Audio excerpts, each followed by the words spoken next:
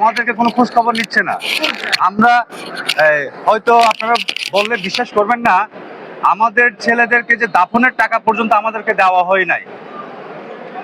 তাহলে আমরা কিভাবে যে 5 কোটি টাকা কিভাবে পাবো আমরা? তো সরকারের সদিচ্ছা থাকতে হবে। এখন দেখা যাচ্ছে ইউনূস সরকারও সদিচ্ছা ছিল না, এখন বর্তমান সরকারকেও আমরা জানাইছি, জানানোর পর বর্তমান সরকার বলল আমি দেখবো। তো দেখবো বলে কিন্তু আমাদের কোনো সুরাহা করছে না, কেউ আইনের আওতায় কিন্তু বর্তমানে আসে নাই। আমার ছেলের নাম হচ্ছে উকেশাই মার্মা এরিকসন আর কি, ক্লাস 7, কোর্ট হচ্ছে 1058।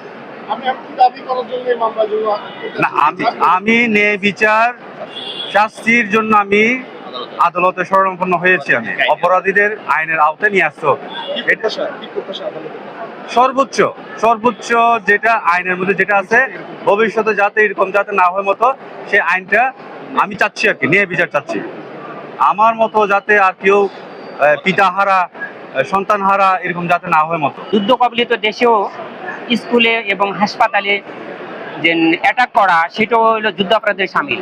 কিন্তু আমাদের দেশে শান্তিপ্রিয় একটা দেশে একটা স্কুলে একটা বিমান ফালায় এতগুলা লোক, যুদ্ধ বিমান ফালিয়ে এতগুলা লোক মারা যাবে, আর তার জন্য কোনো দায় হবে না, তাহলে দায়টা কার? দায়টা কি তাহলে আমাদের? যেন আমরা সন্তান জন্ম দিয়েছি, আমরা সন্তান স্কুলে পড়িয়েছি, এই জন্য কি আমাদের দায়? সাক্ষী তার একটা সন্তান, এই যে একটা 28টা শিশু পৃথিবী থেকে বিদায় হয়ে গেল, তখনকার যারা ক্ষমতায় ছিলেন তাদের ঘরে ডোর টু ডোর তাদের কাছে এরা ন্যায় বিচারের জন্য গিয়েছিল, বাদী এবং সাক্ষীরা। গত 18 মাসের ফেব্রুয়ারির পূর্বে যে গভর্নমেন্ট ছিল, সেই গভর্নমেন্টের নেগলিজেন্স ছিল, যারা দায়িত্বপ্রাপ্ত ছিল। আমরা এই মামলাটা তাদের নেগলিজেন্স, রাষ্ট্রের দায়িত্ব থাকার পরে একটা যুদ্ধ বিমান কোথায় থেকে উদয়ন হবে, কোথায়? এখানে যেখানে 2 কোটি মানুষের বসবাস ঢাকা শহরে, এখানে একটা যুদ্ধ বিমান উদয়ন হতে পারে না। তাদের রিপোর্টে আসছে যে এটা ত্রুটিজনিত ঘটনা। তো ত্রুটিজনিত, what is this negligence matter? এই নেগলিজেন্সের দায়িত্ব নেবে কে?